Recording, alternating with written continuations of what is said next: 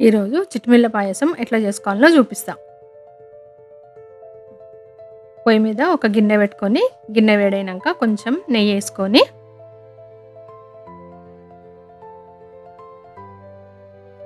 నెయ్యి వేడైనాక చిటిమిళ్ళేసుకోవాలి. చిటిమిళ్ళని మంచిగా ఫ్రై చేసుకోవాలి. ఈ చిటిమిళ్ళు మొన్న మా అత్తమ్మ చేసి పెట్టిన ఈ రోజుకు మంచిగా ఆరినాయి. ఈరోజు చేస్తున్నా. ఇవి మంచిగా ఫ్రై అయినాక కాగిన పాలు పోసుకోవాలి. పచ్చి పాలు పోసుకోవద్దు. పాలల్లోనే మంచిగా ఉడకాలి ఇవి. ప్రతి సంవత్సరము శ్రావణ మాసంలో ఒకరోజు ఈ పాయసం చేసి దేవునికి పెడతాను నేను. ఇప్పుడు చిటిమిళ్ళు ఉడికినాయేమో ఒకసారి చూసుకోవాలి.